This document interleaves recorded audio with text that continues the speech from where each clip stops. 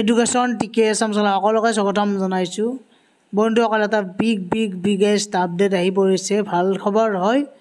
আমাৰ যিসকল তাৰমানে জিটি পিজিটিৰ কেণ্ডিডেটছ আছিল তেওঁলোকৰ ৰিজাল্ট এতিয়া ফাইনেল ৰিজাল্ট ঘোষণা কৰিব মানে প্ৰভিজনেল ৰিজাল্ট তাৰ পিছত ভেৰিফিকেশ্যন হ'ব 5 জুন তাৰিখে ঘোষণা কৰা হ'ব আৰু এই কথা অসমৰ মুখ্যমন্ত্ৰী হিমন্ত বিশ্ব শৰ্মা ছাৰে অলপ আগতে ফেচবুক লাইভত আহি কিনে তেখেতে ঘোষণা কৰিছে তেওঁৰ মই সেই ভাষ্যখিনি শুনুৱাই আছোঁ বাৰু বহুতে সুধি আছে যে পিজিটি আৰু গ্ৰেজুৱেট টিচাৰৰ পৰীক্ষাৰ ৰিজাল্ট কেতিয়া দিব আমি 5 জুন তাৰিখে প্ৰভিজনেল ৰিজাল্ট এনাউন্স কৰিম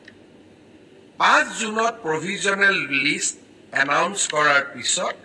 আপোনালোকৰ ডকুমেণ্ট ভেৰিফিকেশ্যন হ'ব আৰু যিসকলৰ ডকুমেণ্টছ জেনুইন হ'ব তেওঁলোককে আমি চূড়ান্তভাৱে পৰীক্ষাত উত্তীৰ্ণ হোৱা বুলি ঘোষণা কৰিম অৰ্থাৎ পৰীক্ষাৰ ৰিজাল্ট কেতিয়া দিব উত্তৰ 5 জুন তাৰিখে দিব ইয়াৰ পিছত আপোনালোকৰ মনত আছে এনেকুৱা এটা ফেচবুক লাইভ অনুষ্ঠান বহুতে সুধি আছে যে পিজিটি আৰু গ্ৰেজুৱেট টিচাৰৰ পৰীক্ষাৰ ৰিজাল্ট কেতিয়া দিব আমি 5 জুন তাৰিখে প্ৰভিজনেল ৰিজাল্ট